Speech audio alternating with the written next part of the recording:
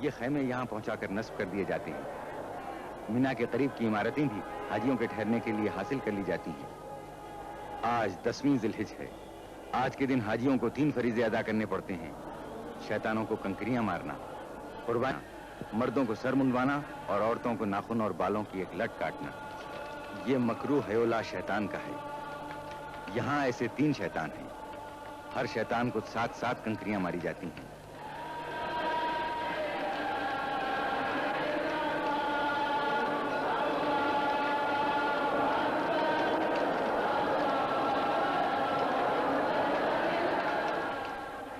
آج کی زیادہ تر کنکریاں سب سے پچھلے شیطان پر پڑتی ہیں۔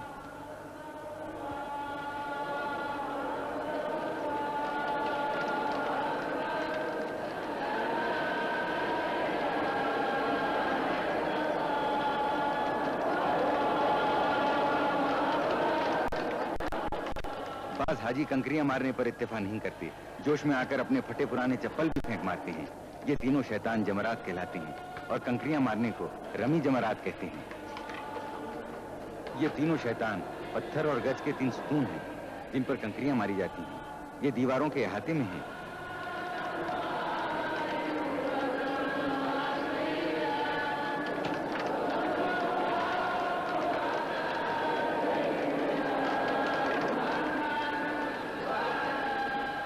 بعض حاجی اپنے معلم یعنی رہبر سے کنکریاں مارنے کا طریقہ پوچھتے ہیں تاکہ نشانہ خالی نہ جائے اور فریضہ پورا ہو۔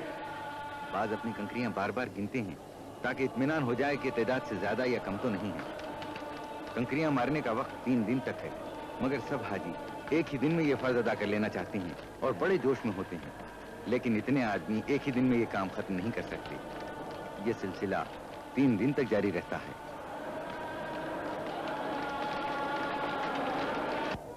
10ویں ذی الحجہ کو حاجی کے لیے مینا میں قربانی کرنا واجب ہے۔ 1 اونٹ یا 1 دمبا یا 1 مینڈھا یا کم سے کم 1 بھیڑ۔ اگر 1 سے زیادہ جانوروں کی قربانی کریں تو اور بہتر ہے۔ صاحب حیثیت اکثر 1 سے زیادہ قربانی کرتے ہیں۔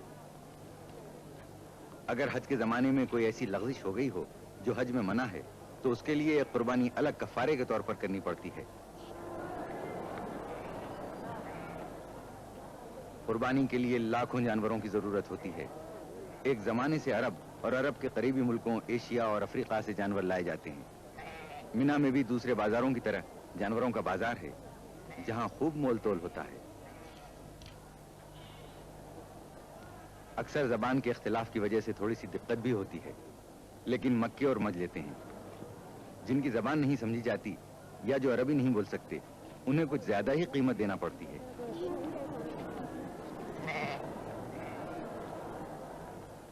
قربانی کا فرض ادا ہونا شروع ہو گیا۔ یہ قربانی حج کی قربانی ہے۔ عید قربان اس کے علاوہ ہے۔ جو لوگ خود ذبح نہیں کر سکتے ان کی طرف سے قصاب ذبح کر دیتے ہیں۔ قربانی دینے والے صرف ہاتھ لگا دیتے ہیں۔ ہر سیکنڈ قربانی کیے ہوئے جانوروں کی تعداد بڑھتی جاتی ہے اور جگہ کی تنگی ہوتی ہے، اس لیے بڑی بڑی خندقوں میں قربانی کیے ہوئے جانوروں کو بھرتے جاتے ہیں جو پہلے سے کھود کے تیار رکھی جاتی ہیں۔ جو حاجی قربانی کر چکا ہے وہ فوراً ہی اپنی جگہ دوسرے کے لیے چھوڑ دیتا ہے۔ چھوٹے جانوروں کے علاوہ اونٹ کی بھی قربانی دی جاتی ہے۔ بلڈوزروں کے ذریعے خندقوں کو دبا کر برابر کر دیتے ہیں تاکہ ہوا خراب نہ ہو۔ قربانی حضرت ابراہیم کی یادگار ہے اور اللہ نے اس واقعے کو تاریخی اہمیت دے دی۔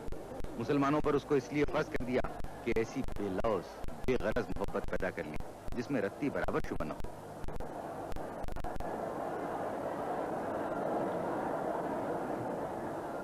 رمی جمرات، قربانی اور سر منڈوانا، جب یہ تینوں کام جاتے ہیں تو اب حاجی کہلانے کا مستحق ہو جاتا ہے۔ حج کے باقی اعمال میں صرف اتنا اور باقی رہ جاتا ہے کہ مینا سے روانگی سے پہلے دوبارہ رمی جمرات کرے، پھر مکہ واپس جا کر کعبے کے گرد 7 بار طواف کرے اور صفا اور مروہ کے درمیان صحیح کرے۔ مبارک تم کو تکمیل رسوم اولی کرنا، مبارک تم کو تعمیل الہ العالمین کرنا۔ خدایا ہر مسلمان کو یہ روزے با سعادت دے، دیا شوق زیارت سب کو توفیق زیارت دے.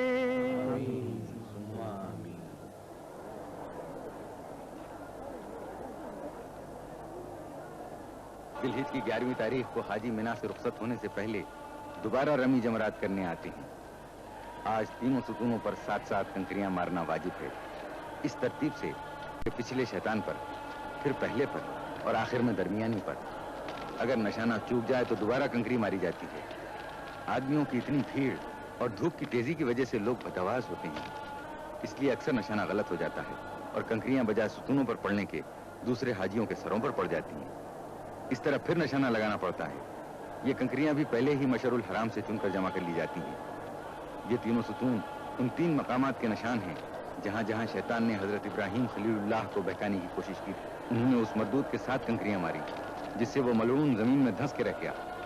اسی طرح 3 بار ابراہیم علیہ السلام نے 7 حاجیوں کا 7 کنکریاں مارنا حضرت ابراہیم کی یادگار ہے، تاکہ ہر حاجی کو یہ یاد رہے کہ شیطان کے بہکاوے میں کہیں نہ پھنس جانا اور راہ رات سے نہ بھٹک جانا.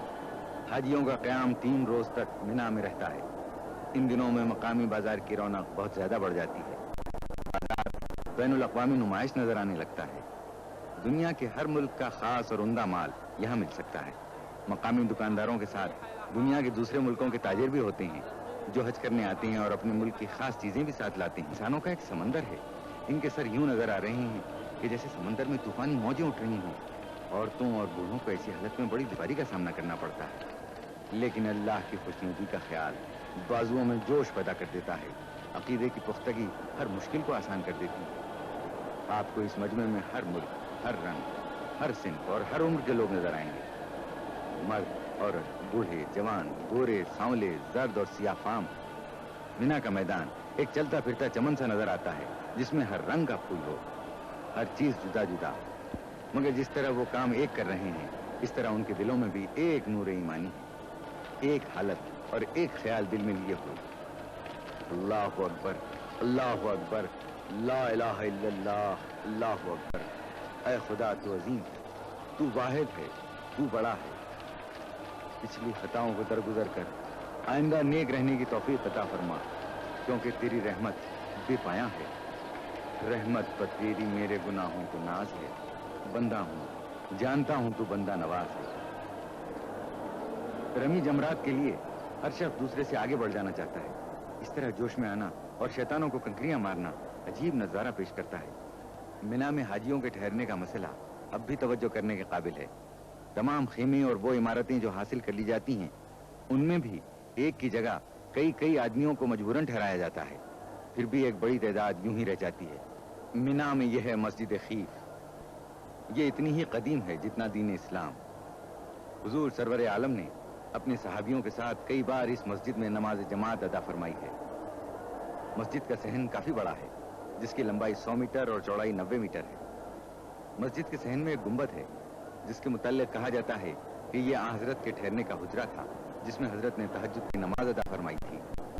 جڑے کونین کے بڑے ہیں قدم، نہیں وہ خاک کے ذرہ شر کی عظمت کے. یہ سب امین ہیں میراث آدمیت کے. نلوں میں پینے کا پانی زیادہ تر باولیوں سے حاصل کیا جاتا ہے. باولیاں ایرانی طرز کی اور سینکڑوں سال پرانی ہیں.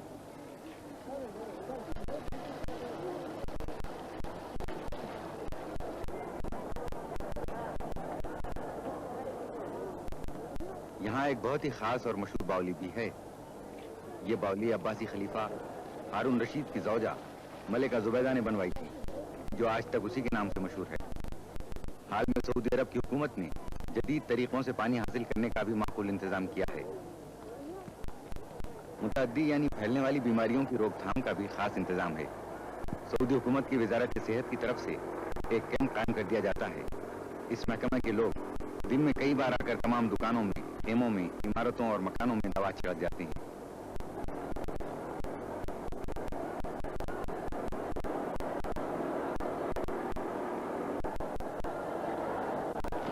ابھی تک پورے حاجیوں سے رمی جمرات کا فرض ادا نہیں ہوا ہے. دیکھیے تو کس جوش و خروش سے حاجی تینوں شیطانوں کو کنکریاں مار رہے ہیں.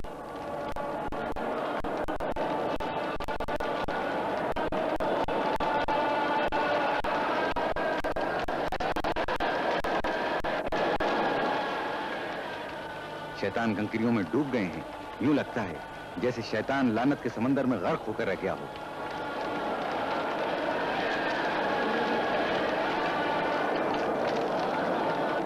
مینا کے سب اعمال بجا لانے کے بعد حاجی بیت اللہ شریف کی طرف لوٹ رہے ہیں تاکہ خانہ خدا کا رخصتی طواف کر لیں اور جو نمازیں خاص طور پر مقرر ہیں انہیں ادا کر لیں. مینا سے مکہ شریف 12 کلومیٹر دور ہے. اس مقدس ترین اور پاک مقام پر خاص لطف آتا ہے. موٹر کاروں اور بسوں کو بھیڑ کی وجہ سے رک رک کر آہستہ آہستہ چلنا پڑتا ہے. اس لیے پیدل چلنے والے اور موٹریں قریب قریب ساتھ ہی مکہ شریف پہنچتے ہیں.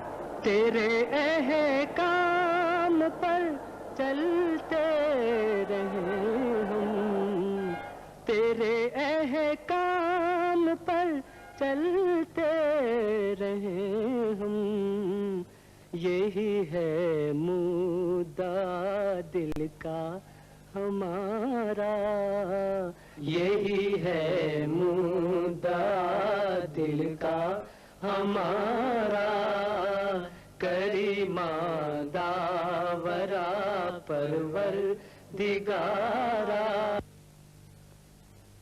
ہم ایک بار پھر مسجد الحرام کے درمیان کعبہ معظم کی زیارت کے لیے حاضر ہوئے. مسجد الحرام کی وسیع عمارت کے درمیان کعبہ دل کی حیثیت رکھتا ہے. مسجد الحرام کے وسیع صحن میں سفید کپڑے کے تھان پھیلے ہوئے ہیں. یہ تھان کعبے کے پردے سے مس کیے جاتے ہیں اور ان پر زمزم کا پانی چھڑکا جاتا ہے. حاجی اس کپڑے کو لے جاتے ہیں تاکہ مرنے کے بعد انہیں اسی کپڑے کا کفن دیا جائے. موت برحق ہے کہ جو بھی ہے وہ فانی ہے. خانہ خدا جس کی بنیاد ابراہیم علیہ السلام نے رکھی اور حضور اکرم نے اس کی تکمیل فرمائی.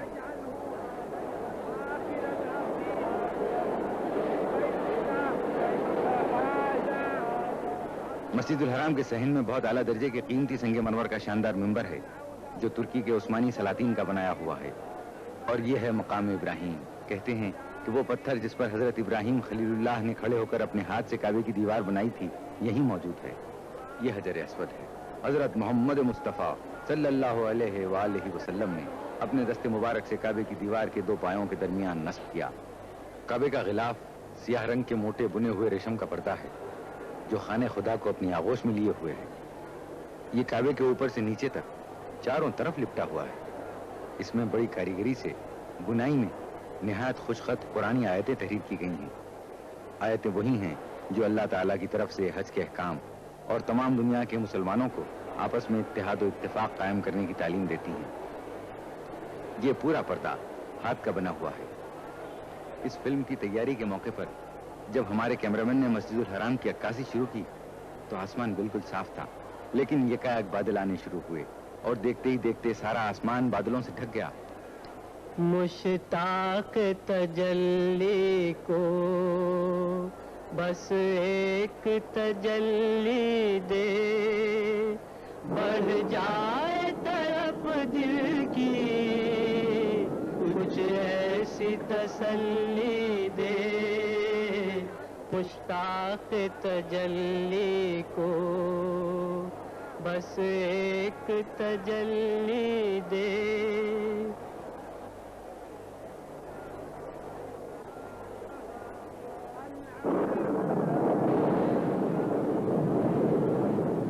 ٹھیک اسی وقت جبکہ مسجد الحرام کے دالانوں میں حاجیوں کی صفیں قائم ہو گئیں اور تکبیر کی آواز بلند ہوئی، خدا کی رحمت نازل ہونا شروع ہو گئی.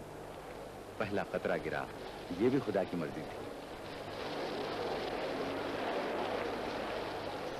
جو لوگ مسجد الحرام کے صحن میں تھے اور کعبہ شریف کا طواف کر رہے تھے وہ بھی نماز کی صفوں میں شامل ہو گئے اور عصر کی نماز شروع ہو گئی.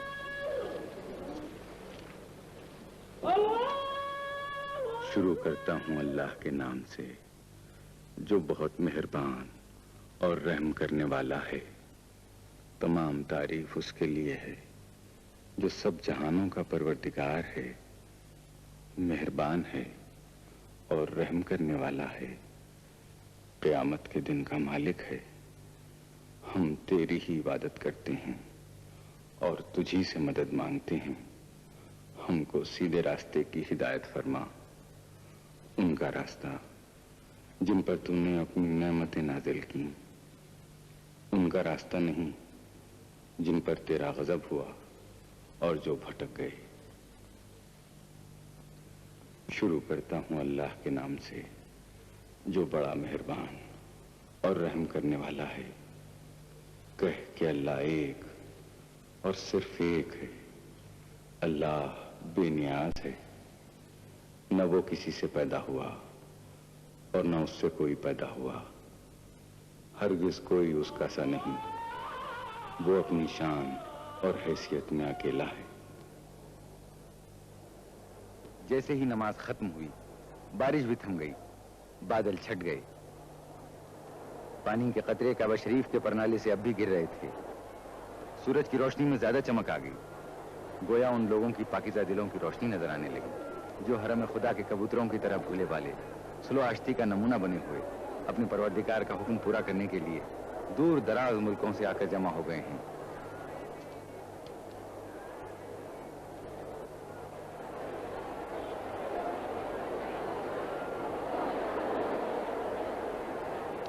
حاجی کس شوق سے کعبے کے پرنالے کے نیچے ہاتھ پھیلائے ہیں کہ خانہ خدا کی چھت پر سے بہے ہوئے پانی کا کوئی قطرہ ملے اور برکت حاصل ہو جائے۔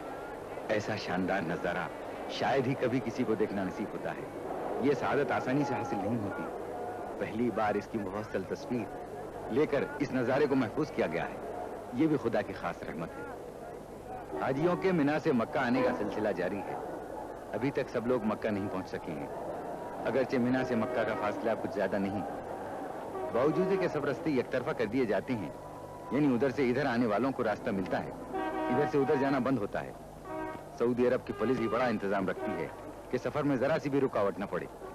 گاڑیوں اور پیدل چلنے والوں کی قطاریں الگ اور قاعدے سے بنا دی جاتی ہیں، پھر بھی اتنی تعداد میں گاڑیاں اور پیدل چلنے والے ہوتے ہیں کہ آسانی سے آگے بڑھنا مشکل ہوتا ہے۔ سفر کی رفتار بہت سست رہتی ہے۔ بہت ممکن ہے کہ حاجیوں کا آخری دستہ آدھی رات کے بعد مکہ پہنچ سکے۔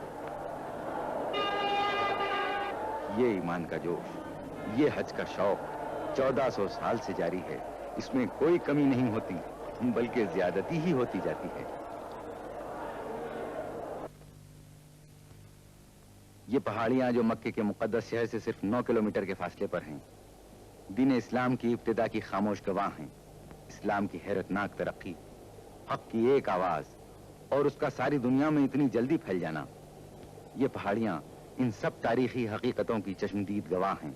پکارا جس نے بس تجھ کو پکارا، کریما داورا پروردگارا۔ یہ غار ہرا ہے۔ یہاں نبوت کے اعلان سے پہلے حضرت عبداللہ کے یتیم و جواں سال فرزند حضرت محمد مصطفیٰ صلی اللہ علیہ وسلم تنہائی میں بیٹھ کر غور و فکر میں کئی دن اور کئی راتیں گزار دیتے تھے۔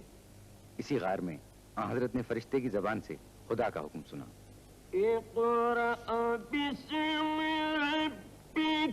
پڑھو اپنے پالنے والے کے نام سے جو سب سے عظیم ہے، جس نے سب کچھ پیدا کیا، انسان کو جمے ہوئے خون سے پیدا کر دیا۔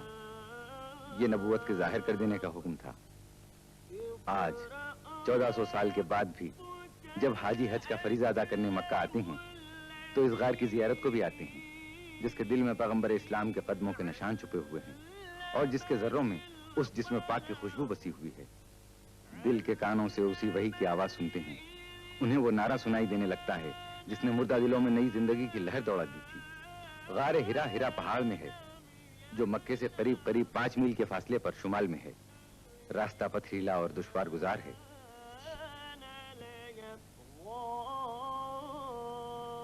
یہاں سے ہم پھر منا جاتے ہیں۔ اب منا بالکل خالی، خاموش، جوتے اور کنکریاں کھا کر بڑا شیطان بھی چپ ہے۔ دوسرے شیطان بھی چپ چاپ کھڑے آئندہ سال کا انتظار کر رہے ہیں، جبکہ پھر حاجی آئیں گے اور تینوں شیطان ان کے ہاتھوں کی ماری ہوئی کنکریوں میں چھپ جائیں گے۔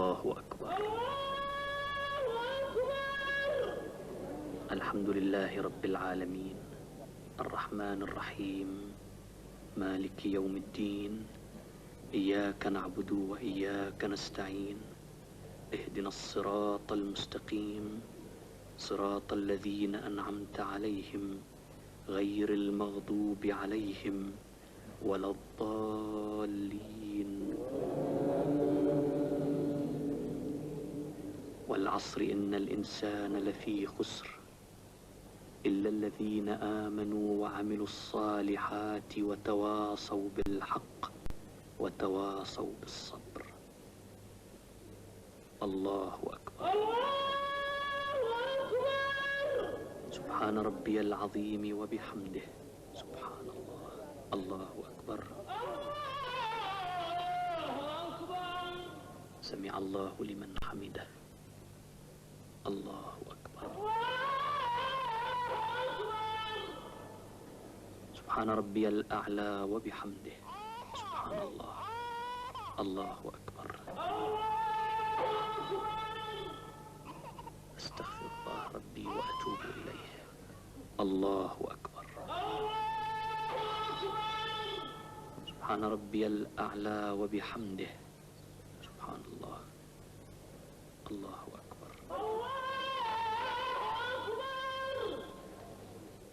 الحمد للہ رب العالمین الرحمن الرحیم مالک یوم الدین ایاک نعبد و ایاک نستعین اهدنا الصراط المستقیم صراط الذین انعمت علیہم غیر المغضوب علیہم ولا الضالین.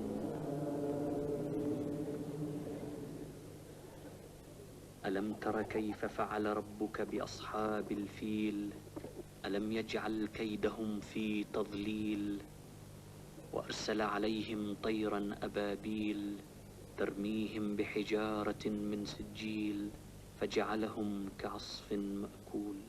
الله سبحان ربي العظيم وبحمده. سبحان الله.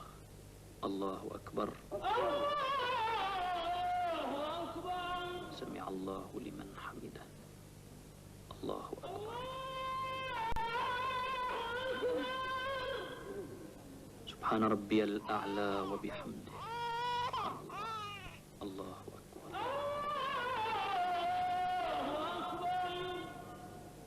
استغفر الله ربي وأتوب إليه. الله أكبر. سبحان ربي الأعلى وبحمده. سبحان الله. الله أكبر.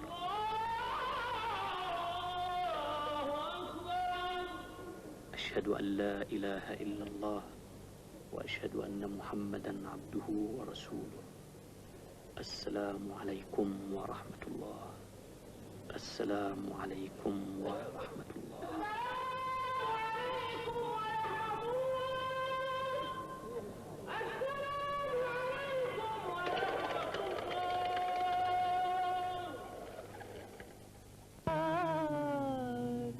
سلام علیک ودا کا رب العلا.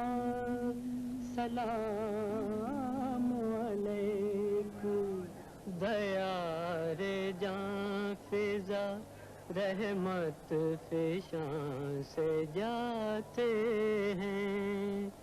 چلے ہیں اس طرح گویا جہاں سے جاتے ہیں.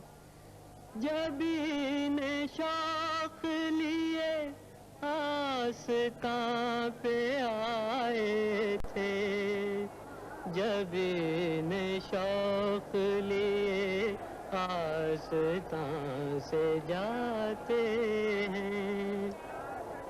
یا شفیع الورا سلام علیک، یا نبی الہدا سلام علیک، انکا مقصدی و ملجائی، انکا مدعا سلام علیک، یا شفیع الورا سلام علیک، یا نبی الہدا سلام علیک، سیدی یا حبیبی مولائی لکا روحی فدا